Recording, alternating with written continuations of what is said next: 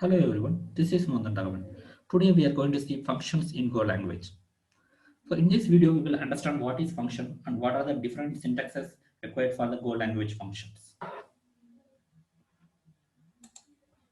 As usual we will go to the VS Code editor and earlier videos we have understood what is package and what is the import statement and what is the main function. So that you can clearly understand whenever you have the main package under the main function, so the main function will be called automatically. So in this main function, I am calling some of the other functions. Before proceeding to the functions, we will understand the basic definition in case of if you are new to the programming language. The function is nothing but you are wrapping the reusable code inside the function so that you can call that function wherever you want without repeating the same code. And other advantage of using function is you can send the arguments to the function so that you can get the inputs to the function inside and you can do some manipulation and you can return some values. So basically the function is a reusable block and you can send the arguments to the function and you can return something from the function itself. So these are the main points about the functions. Okay, when you come to the functions inside the Go language, you can see the simple function here, which will be highlighting here. So this is a simple return. So that means that whenever you want to define a function, you will be having the keyword called func, F-U-N-C, and after that you will be having the name for that function. Then you will be having the list of parameters here. The parameter in the sense whenever you define, you are defining the parameters. Whenever you are calling the function, so you will be passing that values to that parameter. So that will be called as the arguments. So in this case, since we are defining here, it will be called as the parameters. Unlike other languages, when you define the parameter, first you need to mention the parameter name and after that you need to mention the type of that parameter.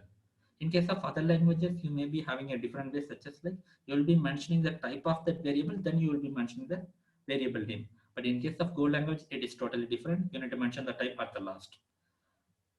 At the same time, you will be mentioning the return type after the function parameter list. So that means that whenever you return some value from the function, even for that you need to mention the return type, but at the last of the parameter list.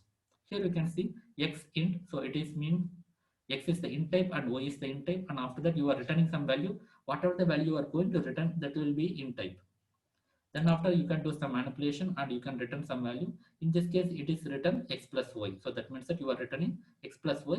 The x plus y return type is int that you have mentioned here. So this is a basic structure how you can define the function inside your Go language. But still, you might be wondering why it is something different when compared to other languages. So for that, they have a specific article. So if you click on this article on Go declaration syntax, you will be having the clear definition by considering the pointers and by considering the different arguments or different setups. So you can understand clearly why it is something. The variable name is first and after that variable type is there.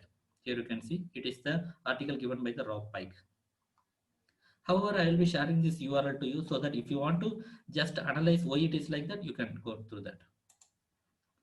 Okay, fine. At the same time, if you want to do some fast execution, you can come here and it is like a playground. You can write your code and you can run it directly and see the output. Okay, coming back to our discussion.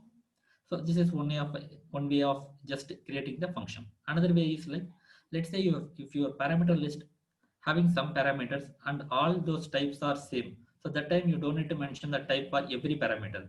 At the last, you can mention the type of the parameter and it can be applicable for all the list of parameters before that. So in this case, you can see x comma y and both are type of int. So that's the reason I am mentioning at the last. Then the return type same, it remains as integer and it is the same output. Okay, fine. So here you can see the Go language, you can have multiple return values. Unlike Java, you don't need to look for only one return value, you can return multiple values. So here you can see the function name is sum underscore mul multiplication, and I am sending two parameters and it will be a type of integer. Then I am returning two values. That means the multiple returns and both are type of int. So that's the reason I am mentioning int comma int.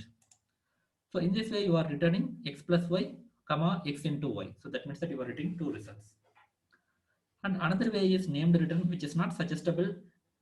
Why? Because it may reduce your readability of the code. Another one is simply return statement.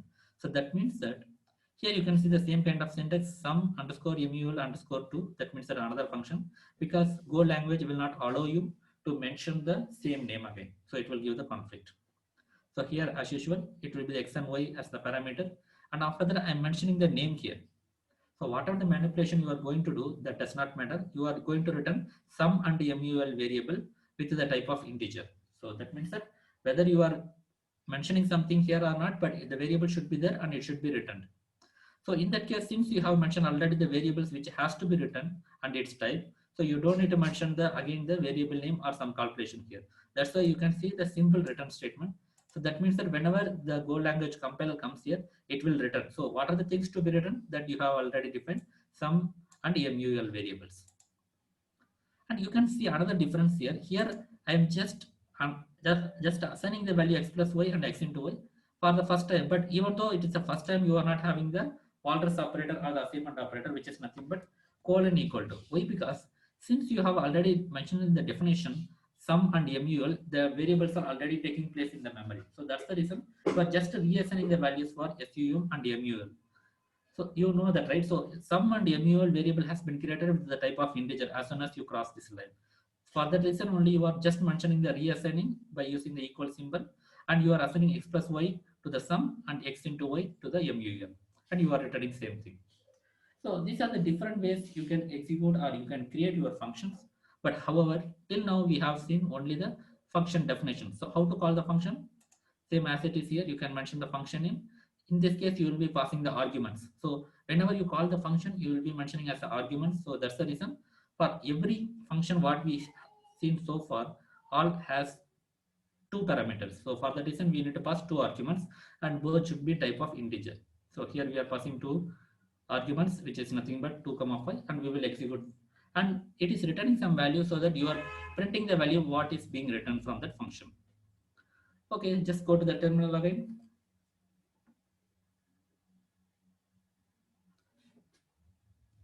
CD documents and see what are the things available. It's Golang CD Golang.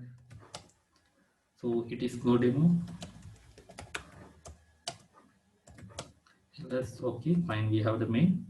Next, go run main, go enter. Here you can clearly see the first are simple sum functions, so it will be 7, and after that we are returning the sum as well as the multiplication. So 5 into 2, it is 10. So even though the example is simple, so we can understand the basics about the functions inside the Go language. But we have a lot of other advanced concepts such as like it is the first class function. So that means that either the function can be, and what you mean is you can send the function as the argument to the function, or you can return the function itself to the other function. So that are the different advanced concepts that we will be seeing in the coming sessions. But in this video, we have understood what is basic about the functions inside the Go language and what is the main syntax difference inside the Go language. So thanks all, thanks for watching and have a great day.